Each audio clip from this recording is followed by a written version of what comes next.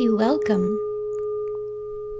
This day I wish to offer to you some concepts to consider or reconsider, as the case may be, regarding the meaning of a human life, the meaning of a heart that beats, a mind, brain that thinks, a life that has purpose, direction, the purpose of life itself, and how life engages soul, soul engages spirit, and a life is lived and lived well. It may seem to you, as your thoughts occur to you one by one or in jumbled order as they sometimes arrive, that you are one being, one person, one identity, one individual living one human embodiment or lifetime, life stream. From your perception, it is natural that that is the case, that you would claim for yourself an identity associated with your namesakes and all that you have dressed yourself in. You have dressed yourself in names and titles. You have dressed yourself in a gender and in a chronological age that had a beginning, as it was told or described to you, and has a projected end, a transition, a transformation, or like that. You have dressed yourself in the roles that occupy your life and your thoughts, and based upon these roles, you dress yourself accordingly in clothing, in how you manage your day, your hours, and your after hours. Even the roles that you dress yourself in determine to some degree your sleep and wake patterns, your preferable foods and choices, how you go out about the day, because after all, you lead with your identity or with these roles. And yet there is something taking place on the inner planes. There are inner thoughts and outer thoughts, inner planes and outer planes. And while a part of you goes about life participating in the roles and the commitments that you make, another part of you wonders as to the meaning of life, as to whether you are doing it or getting it right or wrong, as to how you are managing it, how far along you are in the projected goal or the idea. So who or what within you thinks about this? And what roles does the soul and the spirit play in this? It is important to consider that, particularly now, when there is a changing of the guard, a changing of the age, just on the horizon already. The questions, therefore, who am I? What am I? What am I meant to do or be? These questions rise and fall like the oceans, like the tides, coming and going. You find small answers at a time, and when they are somewhat satisfying, you then go about your day or your life until they rise again, wanting to know more. This is a fine time, then, to explore this subject, to learn more, to know more. But in order to truly receive this answer, it is important for you to begin to think of yourself as more than one I, more than one identity. Now, to make it simple for you, you can continue to think of yourself as an individual, but an individual life stream. For instance, you are an individual stream in the way that a river is individual and separate from other rivers. However, the flow of life that you are has many twists and turns, and this as well is composed of many droplets of water. So you are one river, one flow of life, one individual beingness made up of many distinct thoughts and some identities, in some ways, each of these has a purpose of its own. This is not meant to confuse you. If you will think of your bodies, for instance, your body is one individual body. It is yours. You are its owner. It has been designed for you, and everything that you do with it or to it or for it is to your benefit. At the same time, it is made up of many individual cells, and these cells first have allegiance to the organ of the body which they support, or to the blood stream, its own life stream. So their identity, their purpose is first to the body, subsequently to how you manage your body. So it is the same with how you are organized in life. The soul, the greater purpose, the orchestra leader of all aspects of you, includes every thought, every idea, every eventuality, everything you might consider, everything that is creatively you, everything that you have expressed now or before, or preferences that you may choose to express in the future. Your soul is a composite of all things that are you, and all things that are you in reference to the universe, to all things without exception. You then are your soul. The difficulty for humanity is when it thinks of itself as separate from its soul. It understands that it has a soul, and that the soul in some way directs the life. But you see, for the most part, you think of yourself as separate from soul, and that one day your soul will reveal itself to you, or that one day you will know it, merge with it, be more comfortable with it, or like that.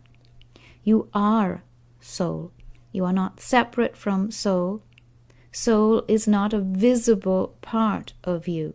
It is you more than you are you. You see? Now, if you were to think of a computer, are you the physical box, the computer? Are you the brain of the computer, how it has been arranged to remember things for you? Are you the processor of the computer, the part that goes and seeks and finds and brings and suggests as quickly as possible? Or are you the variety of programs that you have assigned to your computer, all of these having an I, a purpose, an identity, and all of these must first serve their own program's nature before they can serve the operating system of the computer? So you see, which one of these is most associated with soul? Well, in essence, none of these. Soul, then, is that which surrounds the computer. It is that which gives the computer purpose and reason for being. It is that which exists before and after the computer. It is the memories and everything that you have stored in the computer. It is its purpose for being or seeking or bringing or finding. It is that which exists beyond the computer's ability to think. Now, that is a bold statement, because if you were to unplug your computer or drain its battery, you would have nothing that works in your favor. Well, it is the same with you. If you separate yourself too much from soul, you also become a distant cousin, a distant part of its memory, so that your life, physical life, will continue. The box, the vehicle that you are, will continue to exist, but in essence without purpose. Therefore the soul brings, enlivens life force and purpose to the physical being and even to all of your ideas. In the same way that, as we have described, the computer thinks and almost feels according to your preferences. I tell you now, although it is an unrelated subject, as is my cause to do, that very soon You will have computers that feel as you do and suggest to you what you might need or want according to what they detect in your energy field. In other words, you will have computers that are linked to your own biorhythmic fields and even know what you will be most apt or prone to work on, not even based upon your time schedules, but more based upon your own thought process and what you are likely to do or want or feel up to doing on a certain day. Well, this is based on an imitation of those that created the computer. It is the same with you, your body, your beingness. Your days are organized in some ways in response or in imitation to your link with soul and how soul has assisted in arranging your life. Your life, your body, in essence, is pre-programmed, at least to some degree. Now, we will be careful here so that you do not think of yourself as robotic in nature or begin to think that you are losing or have never had free will. So here we take care, step by step. The soul engages life. It engages it on your behalf, on its behalf, because it is you and you are it. When a lifetime, when it is important or necessary or creative for you to join the life stream upon the earth, then the soul begins to draw architecture about itself. This is based on thoughts and feelings, prior lives, so that there is not a duplication of prior lives, although many are in fact lived simultaneous. While there may not be a duplication of a life, you may live very similar, simultaneous lives in order to truly learn or reinforce a certain concept. These very similar lives still have free will, for each I or each being is then able to customize, to arrange and rearrange its life to its creative ability. The creative ability of life is also based upon connection to soul. So the more remote that one is from one's soul, whether consciously or unconsciously, the less creative a life is. Creativity then is a response of free will. The more free that you feel in your life, the more creatively you will engage life or decide, I can do this, I will choose that, this or that today or tomorrow. This creativity comes from an awareness of what you are within the field of all possibilities and from these probabilities. If you feel trapped in a life, you will feel less creative in terms of your choices, and you will feel that your soul is more remote. This feeling of being trapped comes from being under the command of a certain I within you that feels trapped. In truth, it is this very I that is trapping or holding back the more creative versions of you. It suppresses their voice. It suppresses their vote. And at times it suppresses your ability to be in closer contact with soul. The more that you can think of yourself as a beingness that is a trinity, always a trinity, mind, body, feeling, any trinity will do. Thought, desire, action, soul, spirit, life stream, body, mind, spirit. Almost any trinity can arrange the eyes so that you will have creative thought, ideas to engage, and actions to then follow. The more that you think of yourself or struggle to be the one I, to speak with one voice, to learn or memorize one truth, this will work to your disadvantage. Now, this perhaps is in opposition to some that you have heard, that if you could only organize your day into a reasonable work or load or stack, if you could only lead with one idea at a time, one thing at a time, as you say to yourself, that would be better. Well, it may slow the mind's processes just a bit, but very quickly you would find yourself bored. Very quickly you would find yourself not leading what you would call a successful life. It would not feel as if it was yours. It would begin to feel all too automated. This being the discomfort for humanity when it begins to lose its creativity.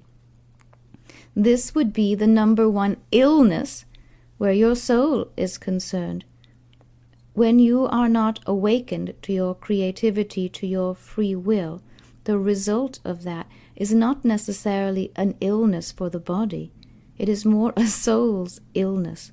It is to lose you temporarily to the more automated tasks in life. Therefore, the body then and the cells of the body take control. Eat and sleep and drive and work and return and eat and sleep and replay the pattern. This pattern, this automated pattern, is one that leads to unconsciousness, lack of reasonableness. Reasonableness is actually a very creative force for you. It truly allows you to reason, to order creative tasks, not only those necessary ones. Therefore, reason and logic are linked, but they are not the same. You also lose yourself to the automated self at times based on certain programs and programming, such as television. I do not offer this to you in order to instruct what you should or could do in this regard. I will simply say that this particular branding to the soul is one of the ways in which it loses touch with you temporarily. The more that you engage in this type of activity, the more that you lose yourself to yourself. And it requires a little bit more effort on your part to redirect yourself. A little more effort, as you know, to remove your bottom from the couch. When you engage in nature's activity, where you bring mind and body and thought into action together, then soul is most enlivened and creatively with you. The spark of life is most alive in that moment, and inspiration and creativity and all of its possibilities are most at work in that regard.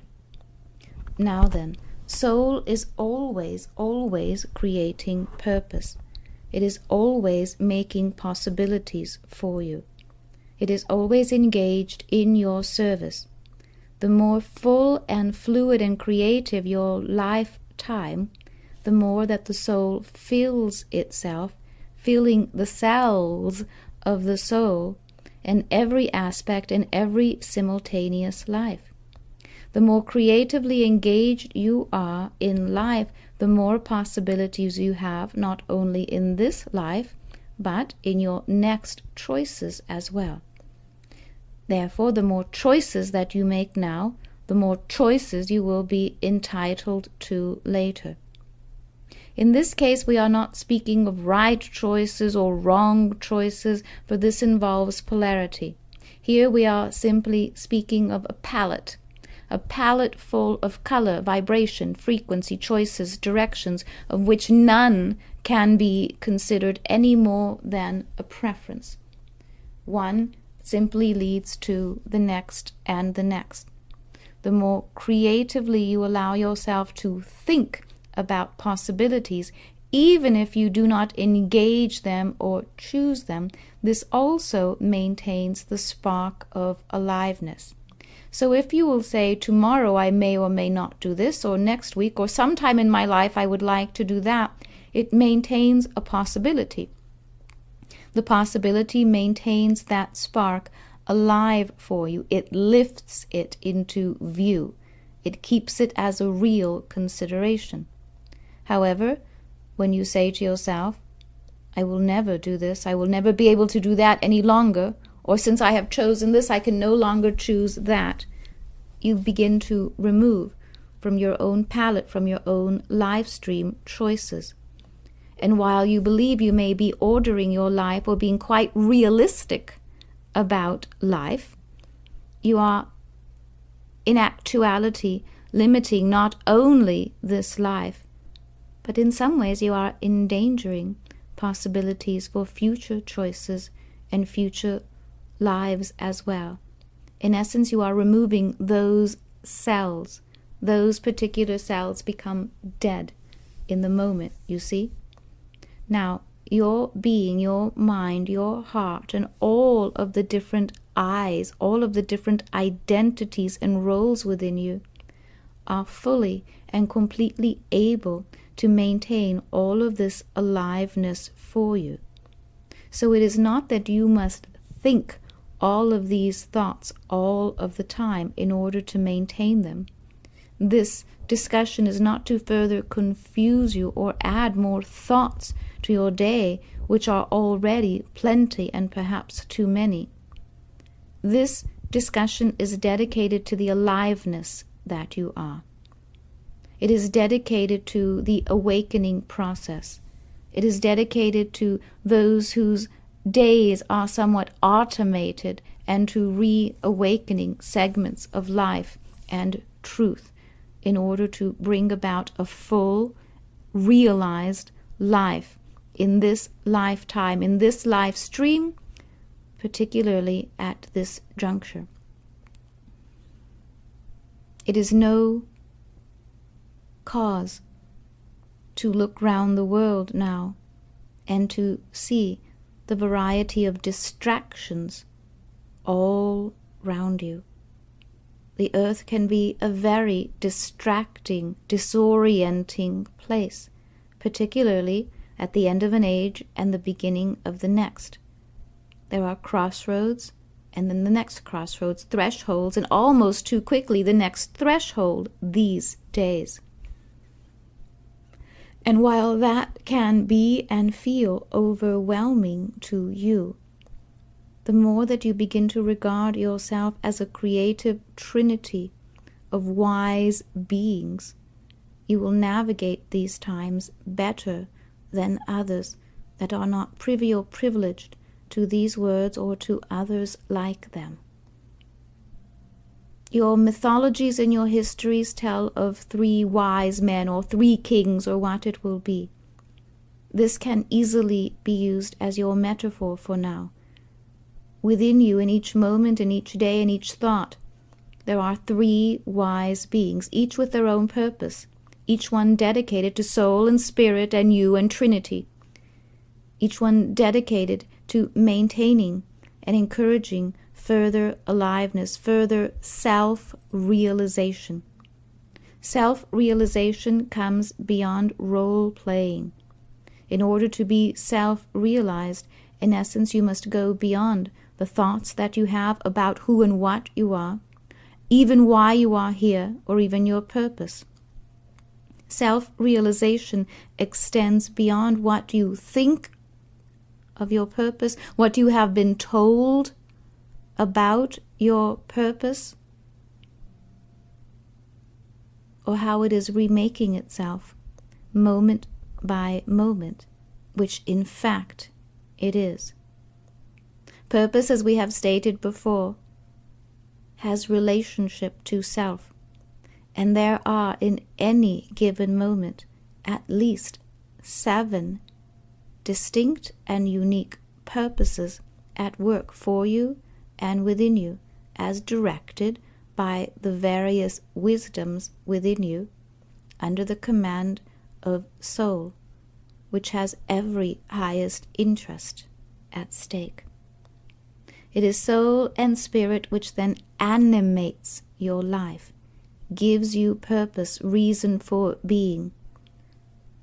And there is a simple mechanism within you that at all costs wishes to survive. This is the simplest of all mechanisms. It is simply dedicated to life itself. The purpose of life being life, life wishes to further its continuity, and every being has within it instinct to live, to be, to survive, to overcome. This instinct now will become strengthened. The instinct to be, to know, to discover, to choose becomes enlivened for those whose lives are not as automated as others. The world has now engaged itself in its final chapters regarding this particular age. This means that the newest or first chapters of the next age are already engaged as well. So this speaking, then, is not to speak of endings, but in truth of preparation for beginnings. But because it is a time considered specifically in regard to endings, it is a time where many, in an unfortunate state, will fall first to instinct and then to the lesser instincts associated with the automated processes of life, or the roles that one plays. Therefore, the purpose then of this speaking is a re-engagement, a reawakening, a re-remembering of what you are, the Trinity, the beingness, the aliveness, the self that is here and now becoming more self or self-realized. So to animate your life remains the most important task at hand. An animated life is one that beats to the pulse of life itself. It is one that sees purpose in every thought and deed and action. It is that which responds to soul's direction and to the spirit, which is the tool that soul uses. It is important then to remain linked to the light that links, that brings life force, light force to all parts of you, to animate and engage your thoughts creatively, and to see your purpose then as one that is now perhaps even more bountiful than at other times. The purpose of a human life then is to fill itself and to fulfill its destiny. Destiny is not the end of things. Destiny is when you arrive at the beginning line in life rather than the finish line. In truth, there is no true ending or finish point. There is at times a complete thought, but that only leads to the next. So your purpose now, as described here by Gaia, is to arrive as neatly, as quickly, and with the least opposition at the next opening point. We will call these points of integration. It is perhaps a way of saying the next threshold. However, this word has been overly diminished in its integrity. Points of insertion, then, are ways in which you greet or receive more beingness. It is a way in which your soul feeds you with more of you, more bounty from what you have already accomplished in other lives or simultaneous lives. There are ones that will describe these moments or points as soul feedings. A strange word, but not altogether wrong. At these particular points or junctures, then, it is time for you to receive further guidance from soul. As you look to other voices, other truths, and more information and knowledge at this time of great change, it is important that you will look as well to your own soul. It is you. It is your library. It is your cosmic truth. It is your beingness. It is your history. It is your future. It is your foundation. It is the canopy of light above you. This point cannot be emphasized enough. Your soul is not some distinct star out in the cosmos, in the heavens, that you can look at a distance, knowing that one day you will be reunited and be part of soul again. No. You are soul now. Your existence is due to soul, and soul is here and now and present and active in all moments in which you allow it. Soul is instinct. Soul is intuition. Soul is knowingness. It is creativity. It is direction. It is function. It is form. Everything is soul. Spirit is the tool of soul. The more that you engage it now, the more that you will think more creative thoughts, more safe thoughts.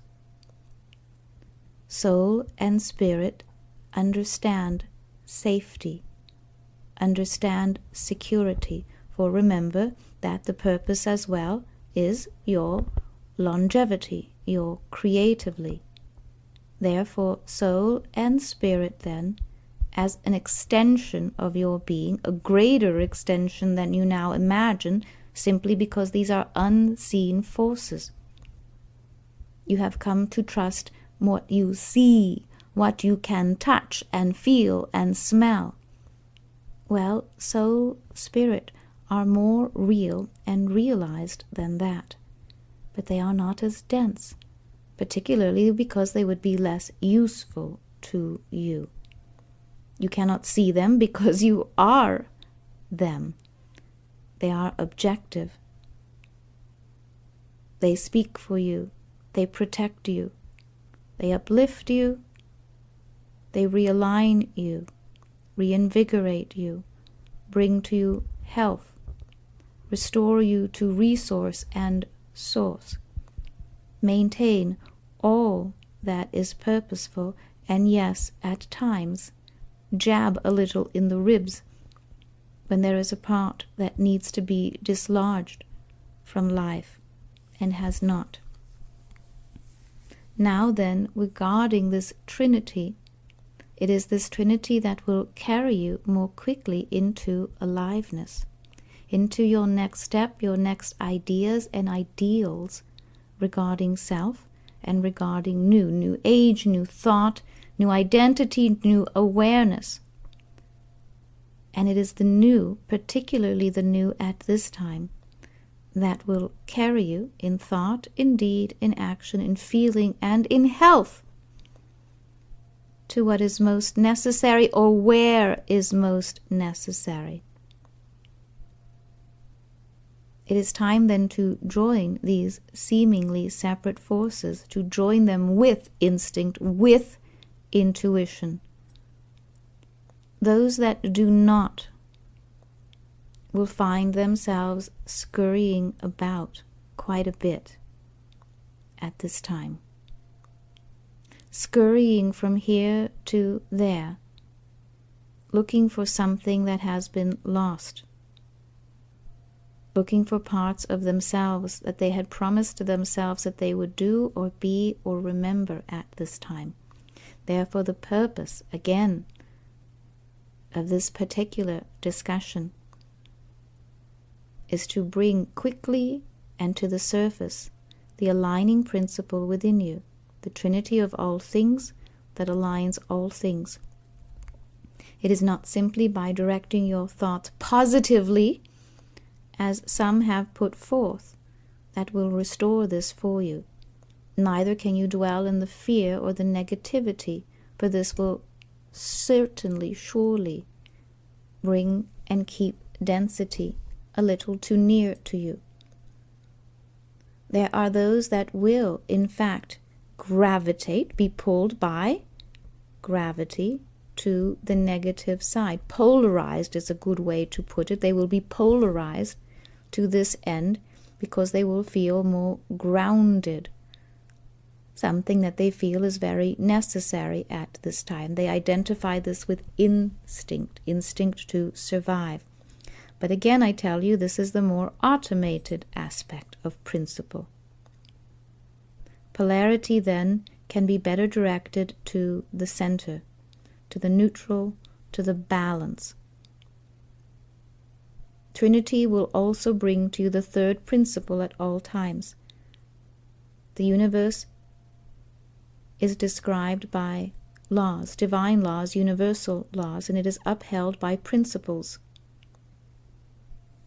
These principles then will say that the first law or the first order that you may call positive light or visible light is then opposed by the second order, the second law, which is dark light or dark matter.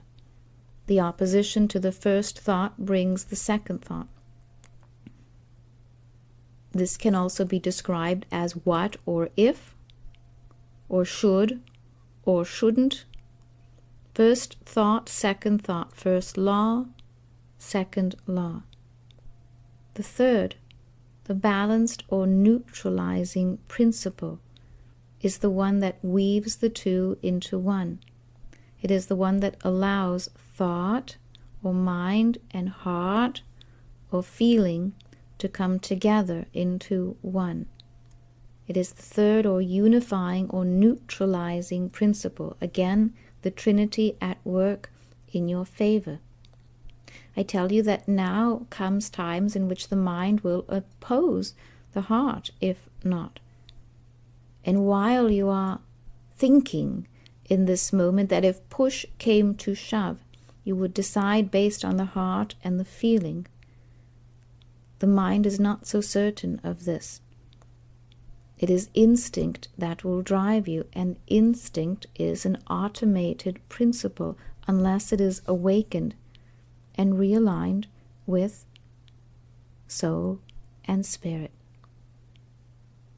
To further describe our topic then, it is the unifying of spirit and matter. It is the bringing together of two worlds. It is to see between thoughts, between words. It is knowing, true knowing, not knowledge that is learned or based upon recorded information. You are now coming upon unrecorded times, unrehearsed moments.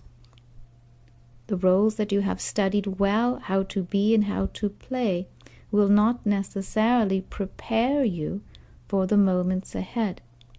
However, soul, spirit, instinct and intuition, beingness, and all that you are will.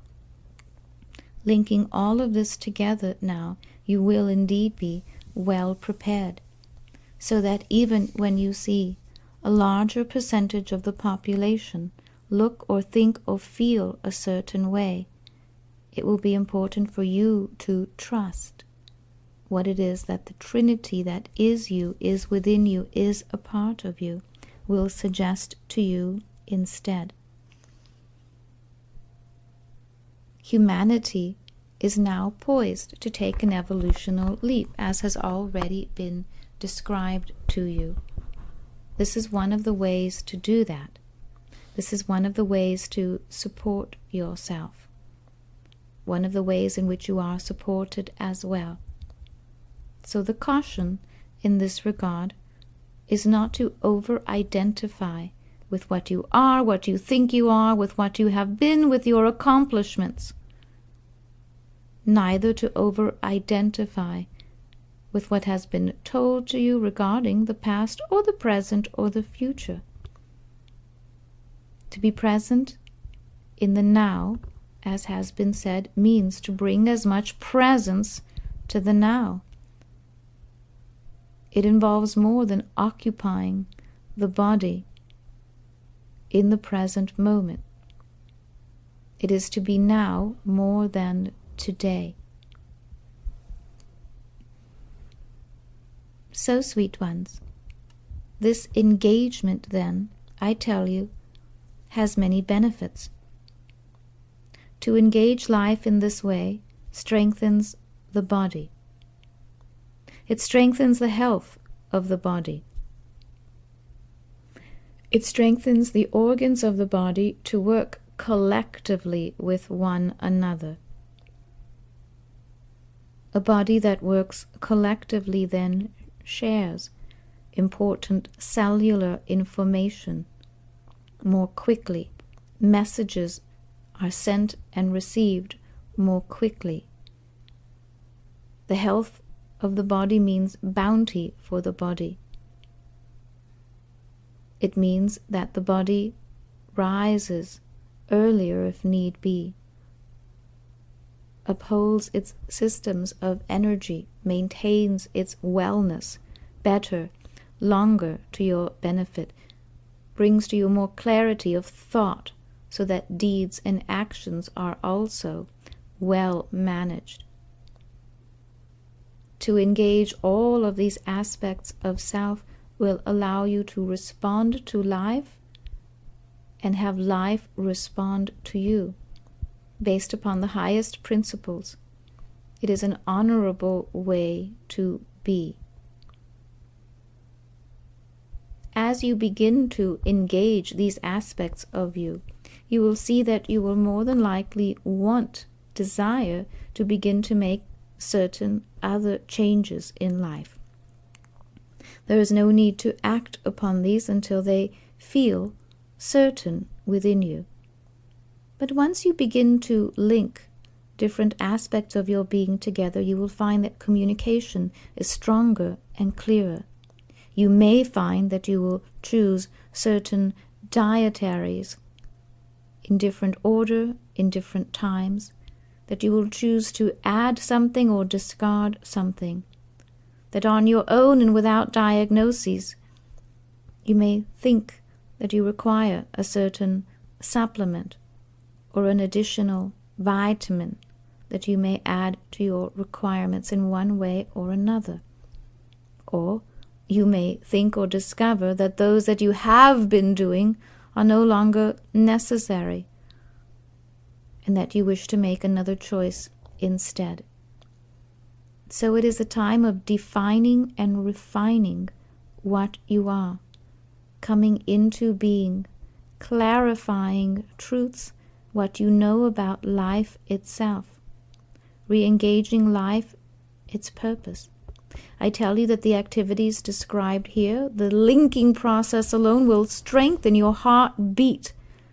It will make your pulse more aligned with the earth and with all that you are. It will make you feel more connected to your body, thought, mind, body. Again, the trinities will come together more in your favor. Your thoughts will be a little bit more far-reaching. You will see more than tomorrow.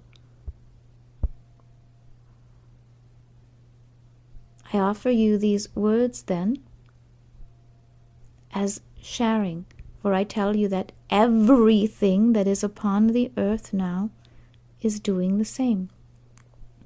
A blade of grass, which you may think of as linked to soul or not, is linked to Gaia or Gaia sentience. Therefore, even the blades of grass upon the earth are becoming stronger now, more resilient, for they also sense, based upon these same laws, that change, evolution is imminent. Perhaps you would call this simply survival of the fittest. But why? Why would a blade of grass strengthen itself now? Why would a blade of grass ignite at this time a desire to survive, to be? Where is the conscience in that? The sentience, the thought that now, ahead of time, it must make itself stronger its roots clinging, adhering, rooting themselves even more to the earth at this time. It is all part of the same web of life of which you too are a part. So if a blade of grass at this time knows that it is time to structure itself a little bit different, to weave itself into the earth a little different, then there is no exceptions for you. It is time as well to weave yourself into the web of life as you wish to be, as you wish to move forward. In this, I pledge the support of the earth, Gaia, and all that you interact with upon the earth. Remember that you and a blade of grass are but one thought of something much greater than this moment. At the same time, you and a blade of grass are precious to that one and oneness without exception. This too then becomes the part of the Trinity of all life as you begin to remake your thoughts or bring into order subtle changes for yourself then. See how all things that are and wish to be are part of the continuity and the flow of all things. Link your heart to the one heart, the pulse, the beat of the earth, the solar system, the galaxy, and beyond as well, as one and oneness. This will not diminish any of your identities or your goals or your ideas or your visions of self and what you are and what you wish to be and do. In fact, it will strengthen these quite nicely, causing you to stand a little taller, giving you even more reference, purpose to the all. There is great reason for being now, and even more in doing creatively. Until the next moment, sweet ones, I am filled and fulfilled by your thoughts, your feelings, your generosity, and by that which links all things to the one and the oneness. I bid you good day.